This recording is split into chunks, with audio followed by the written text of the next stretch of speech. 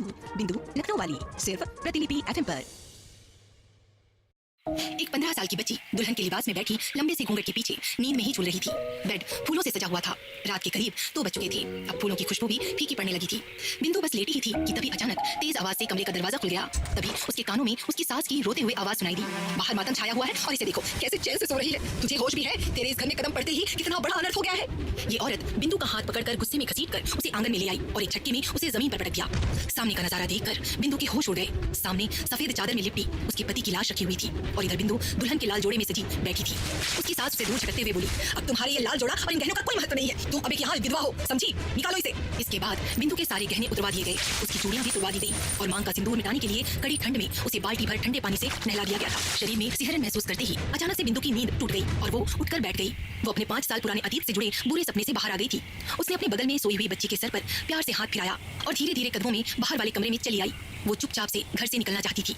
वहीं दूसरी तरफ हवेली में सुबह 5 बजे से ही रौनक छाई हुई थी। पूरी हवेली फूलों से सजी थी। आज गांव के सबसे बड़े चिकनकारी के बिजनेसमैन योगेश गुप्ता का पोता वीरेंद्र गुप्ता विदेश से MBA करके गांव वापस आ रहा था। उसने अमेरिका यूनिवर्सिटी में टॉप करके भारत का नाम रोशन किया था।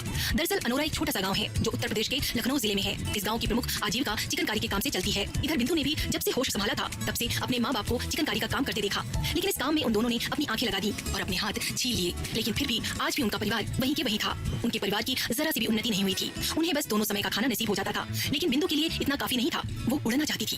इधर बिंदु ने जल्दी से एक झोला उठाया और उसको कंधे पर बांधकर बाहर आ गई। दरवाजे पर ताला लगा देखकर बिंदु ने अपना सर पकड़ लिया और खुद से बोली, लो अब इस ताले का क्या करें? अब यह हमारे रास्ते में आ गया। कोई नहीं, कान्हा जी का नाम लेकर आज तो छलांग लगानी पड़ेगी। बिंदु ने अपने दुपट्टे में गांठ बांधी और भगवान का नाम लेकर दरवाजे का ताला बिना खोले दरवाजे के ऊपर चढ़कर दूसरी ओर कूद गई। कच्ची सड़क पर गिरने की वजह से उसके मुंह से चीख निकल गई।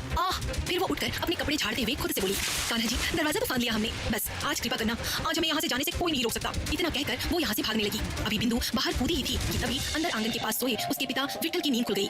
वो जल्दी से बिंदु के कमरे की तरफ जाते हुए बोले, ये तो बिंदु बिटिया की चीखने की आवाज थी। बिंदु को कमरे में से गायब देखकर विठल हैरान रह गया। वो भागते हुए बाहर दरवाजे के पास गया तो कुछ दूरी पर बिंदु भागती हुई नजर आ रही थी। विठल प्रसाद चिंतित होकर यहीं से चिल्लाया, बिंदु कहाँ जा रही हो?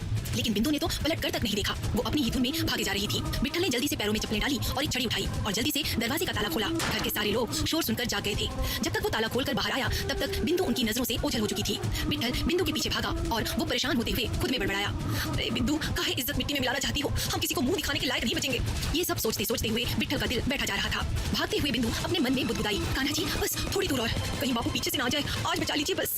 विठल जोर जोर से चिल्लाया जा रहा था, बिंदु बिटिया रुको तो, अरे सुनो तो, तुम्हारा बाप अभी इतना बुढ़ा नहीं हुआ है कि तुझे पकड़ ना पाए। मेरी बात मान ले वरना ठीक नहीं होगा। विठल की चीखने की आवाज सुनकर पूरा घर जाग गया। बहू जरा जाकर देख तो, ये विठल पागल हो गया है क्या? सुबह सुबह काहे चिल्लाए पड़ा है? नींद हराम कर दी इसने तो।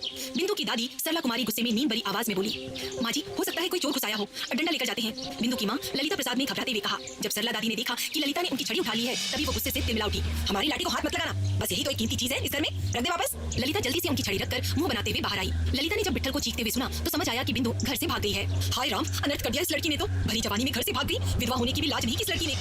इधर बिंदु भागते हुए पक्की सड़क की तरफ आई। तभी उसने देखा कि सामने से एक के बाद एक कार स्पीड में चलती जा रही थी। इतनी सारी गाड़ियां, कौन सा नेता आया है? छोड़ो, हमें क्या करना है। इतना कहकर बिंदु पक्की सड़क पार करने की कोशिश कर रही थी लेकिन कर नहीं पा रही थी। तभी उसके कानों में उसकी बाबा की आवाज पड़ी, बिंदु देखा ना, पकड़ लिए ना, चाहे तो कहीं भी भागे पर अपने बाप से नहीं बच पाएगी, रुक अभी देखता हूँ तुझे।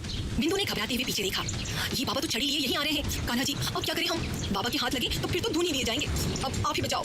इतना कहकर बिंदु अपने बाबा की ओर देखते हुए डर के मारे आगे बिना देखे भागने लगी। तभी अचानक से जोर से कार के ब्रेक्स लगने की आवाज आई। इससे पहले कि बिंदु कुछ समझ पाती वो कार से धीरे से टकराकर सड़क पर गिर गई थी। बिंदु ये दृश्य देख अचानक से विठल का दिल बैठ गया। तभी करीब 25 साल का एक हैंडसम सा गोरा लंबा सा लड़का आंखों पर काला चश्मा लगाए हुए गाड़ी से बाहर निकला और बिंदु की तरफ देखते हुए